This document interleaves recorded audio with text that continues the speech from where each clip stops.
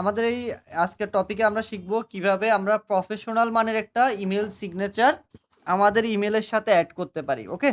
এটার জন্য যেহেতু আমাদের টপিকটার নামই ইমেল সিগনেচার, আমরা জাস্ট এখানে লিখব ইমেল সিগনেচার জেনারেটর।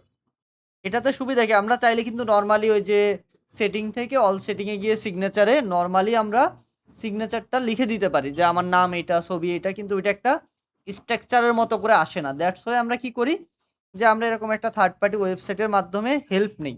তো এইখানে ইমেল সিগনেচার জেনারেটর লিখে যখন আমরা সার্চ করি অনেকগুলো ওয়েবসাইট আসে। যেমন এইটাও খুব জনপ্রিয় একটা ওয়েবসাইট, জিমিও একটা ভালো, ক্যানভা দিয়েও বানানো যায়।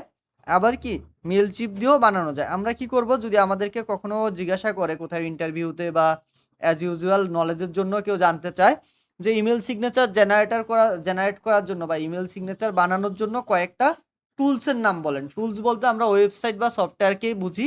যদি বলা হয় যে টুলসের নাম বলেন বা ওয়েবসাইটের নাম বলেন, তখন মেলচিপ, তারপরে mailsignature.com, জিমিও, হাবস্পট, ক্যানভা, মাই সিগনেচার, এরকম অনেকগুলো আছে। এর মধ্যে ৩-৪টা নাম বললেই হবে। ঠিক আছে?